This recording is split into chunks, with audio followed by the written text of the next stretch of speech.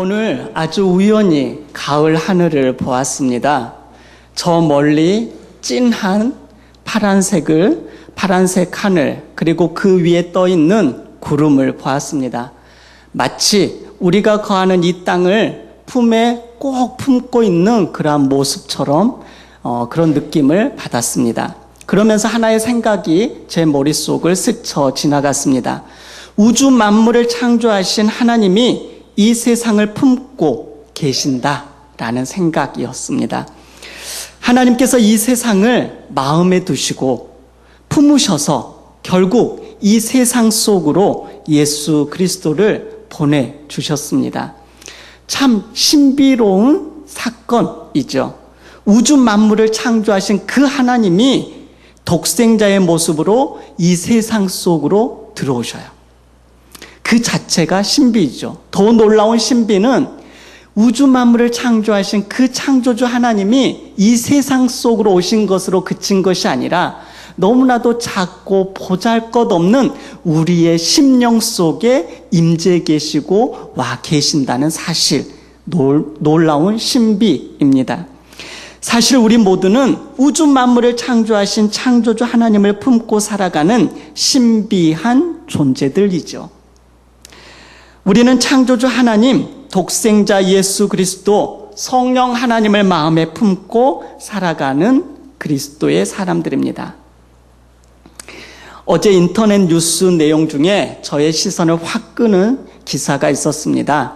한 달에 200만 원을 버는 40대 초반의 가장이 있었습니다. 11조를 뗀 180만 원으로 내 가족이 살아갑니다. 산다는 것보다는 어떻게 보면 버틴다라는 말이 더 맞을 것 같습니다. 악착같이 돈을 모았습니다. 힘들게 모은 돈을 통장에 입금하지 않고 자신보다 더 어려운 이웃들에게 돈을 모은 돈을 대출해 줍니다. 세상을 아름답게 만드는 이야기, 줄임말로 새아이 김대은 매니저 이야기입니다. 회사 대표는 하늘에 계시는 하늘아버지, 그리고 본인은 그냥 매니저, 주님이 시키면 시키는 대로 하는 매니저. 2012년을 시작으로 희망대출 서비스를 시작했습니다. 현재 60회차 준비 중이고 지금까지 55명이 대출을 받았습니다. 대출해 준 금액이 단지 이 한 사람, 이 한 가정이 해준 금액은 4천만 원이 넘습니다. 이 김대은 매니저는 전도사 출신입니다. 호남신학대학교를 졸업하고 같은 학교 대학원을 입학했습니다. PK, 보통 저희 목회자들은 목회자 자녀를 줄임말로 PK라고 말하는데 PK 출신인 그는 매사에 열심이었습니다. 그 기사의 얼굴을 자세히 보았더니 함께 기숙사 생활을 했던 분이더라고요. 학업에도 아주 열심이었던 그 김 매니저는 남들처럼 전도사를 거쳐 목사가 될 줄 알았습니다. 그런데 한 사건을 겪으면서 전혀 다른 길을 걷게 됩니다. 큰 아이가 4살일 때 동해로 가족여행을 떠납니다. 바다를 본 아이가 너무나도 즐겁게 해맑게 뛰어다니죠. 그래서 그 바닷물을 손바닥에 바닷물을 담습니다. 그러면서 아이가 말합니다. 아빠, 내 손에 바다가 있어. 그때 매니저는 적잖은 충격을 받습니다. 광대한 바다를 어떻게 손 안에 담을 수 있겠습니까? 그런데 이 아이가 바닷물을 손에 이렇게 담으면서 아빠, 내 손에 바다가 있어. 그 말에 내가 하나님을 증거하고 또한 하나님을, 광대하신 하나님을 안다라고 생각하였는데 내가 아는 그 하나님에 대해서 나도 아이처럼 바닷물을 손바닥에 들며 그 바닷물이 바다인 것처럼, 전부인 것처럼 그렇게 외치고 살지는 않았는지 생각하게 되죠. 그래서 교회로 돌아온 이 김대은 매니저는 설교 시간에 교인들에게 고백합니다. 그동안 하나님을 잘 모르는 상태에서 말씀을 선포했노라고 사과를 하게 되죠. 그리고 그 길로 사역을 내려놓습니다.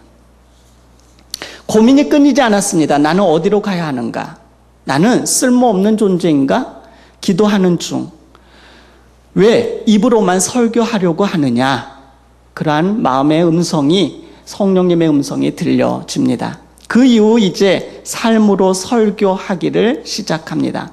성경을 읽는데 어리석은 부자, 오늘 읽었던 이 어리석은 부자 이야기가 눈에 확 들어옵니다. 어리석은 자여, 오늘 밤 너의 영혼을 도로 찾으리니 그러면 네가 준비한 것이 누구의 것이 되겠느냐? 볼 때마다 마음이 조금 불편했던 이분이 이런 일을 겪고 나니 이 말씀이 새롭게 확 다가왔습니다. 미래가 걱정돼 아둥바둥 저축하며 살았는데 그럴 필요가 없다는 생각이 들었습니다. 그래서 통장에 돈을 쌓아둘 바에야 차라리 필요한 사람들에게 그때그때 나누어 주는 것이 더 좋겠다라고 생각하고 1,500만 원을 형편이 어려운 사람 3명에게 500만 원씩 대출해 줍니다. 그런데 대출하는데 특별한 조건도 없습니다. 갚는 그 시기도 제한이 없습니다. 이자도 없습니다. 아내와 자녀들의 적극적인 지지로 희망대출 서비스를 지금까지 하고 있다는 기사였습니다. 지금은 의료 폐기물 처리하는 회사에 다니며 이 일을 계속하고 있노라는 기사입니다.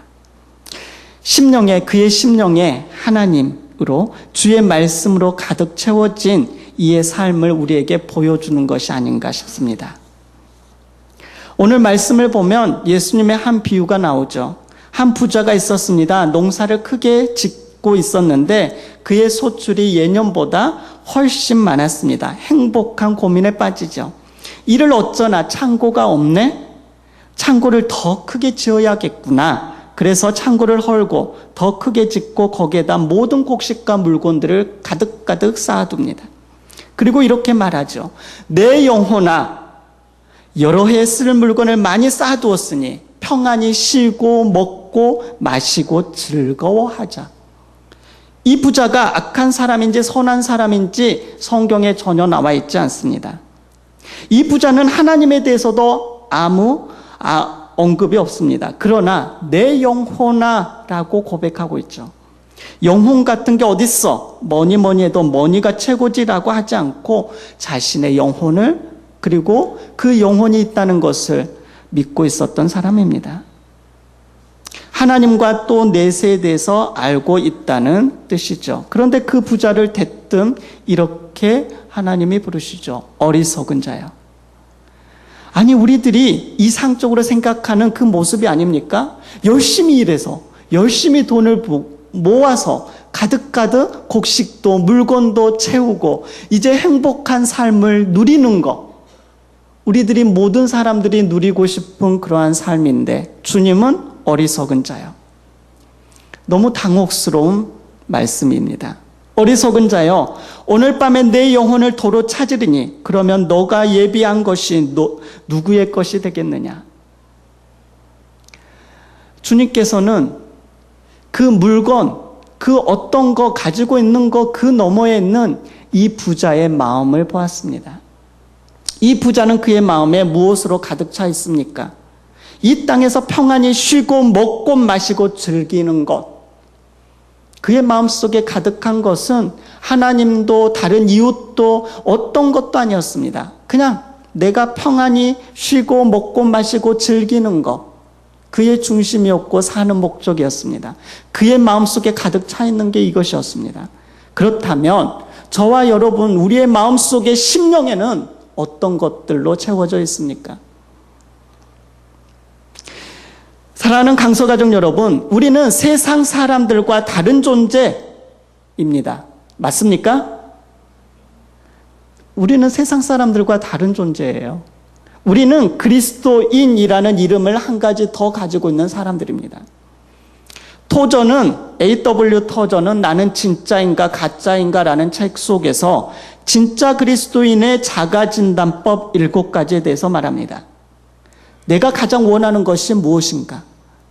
두 번째, 내가 가장 많이 생각하는 것은 무엇인가? 나는 돈을 어떻게 쓰는가? 나는 여가를 어떻게 보내는가? 5번째, 나는 어떤 사람들과 어울리는가? 6번째, 나는 누구를 존경하고 어떤 것들에 열광하는가? 7번째, 나는 무엇을 보고 웃고 있는가? 여러분들의 마음속에 가장 원하는 거, 가장 많이 생각하는 거, 여러분들이 돈을 가장 어디에 많이 쓰고 있는지, 어떤 사람들을 어울리고 어떤 것에 열광하는지 그 기준으로 바라보십시오. 그러면 내가 진짜인지 가짜인지, 내 속에 하나님으로 가득한지 아니면 세상 것으로 가득한지 스스로 자가진단할 수 있습니다. 주님의 마음을 품고 하나님으로 가득 채우며 살기를 우리 주님은 이 시간에도 원하십니다. 우리가 우리의 심령에 하나님으로 가득 채우면 우리는 어떻게 될까요? 우리가 하나님으로 가득 채워지고 주님의 그 능력으로 덧입혀지면 우리는 그분의 영혼 속에 우리의 유한성이 삼켜지게 됩니다.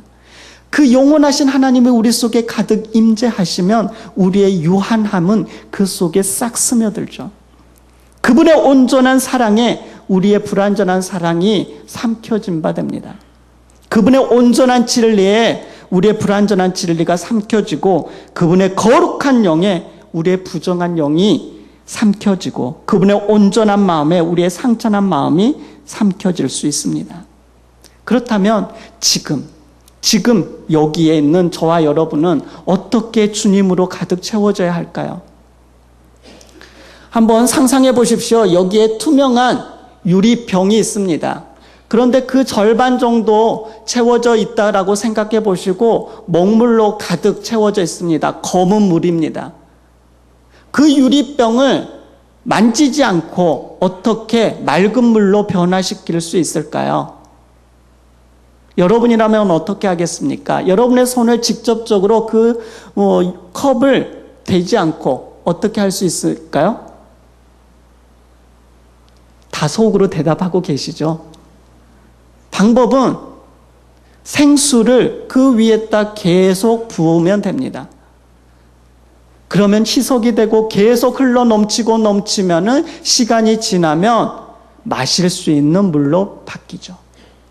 우리 속에 지금 우리가 품고 있는 생각, 우리가 중요하게 여기는 그 가치관, 우리의 그 관념, 신념, 그런 것들로 가득 채워져 있다면 주님의 말씀으로, 주의 성령으로, 주님의 임재하심으로 채우고 또 채우고 말씀의 임재 가운데 우리 자신을 내어드리고 채우고 부음바 되어지면 우리는 충만해집니다.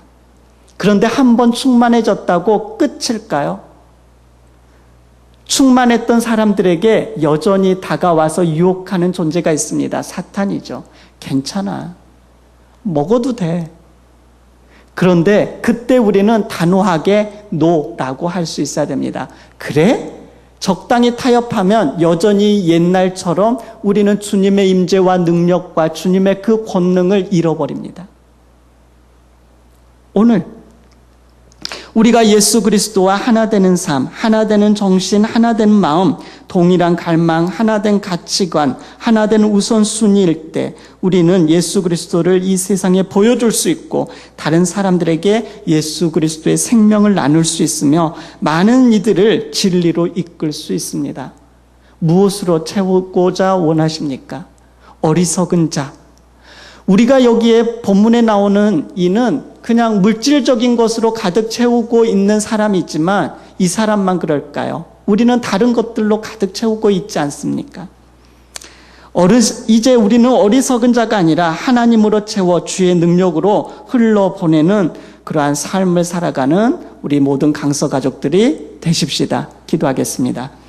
살아계신 하나님 아버지, 참으로 감사합니다. 우리의 심령에 하나님이 원치 않는 것들로 가득 채워져 있다면 이 시간 불쌍히 여겨주시고 주님의 보혈의 능력과 맑은 물로 우리의 심령에 가득 흐르게 하여 주시옵소서. 생수의 강에 흐르게 하여 주셔서 주의 말씀과 주의 능력과 주의 임재와 오직 하나님 한 분만을 우리의 심령의 채움으로 말미암아 이제 새로운 삶을 살아가게 하여 주시옵소서. 우리의 모든 삶 가운데 주인 되시는 예수님의 이름으로 기도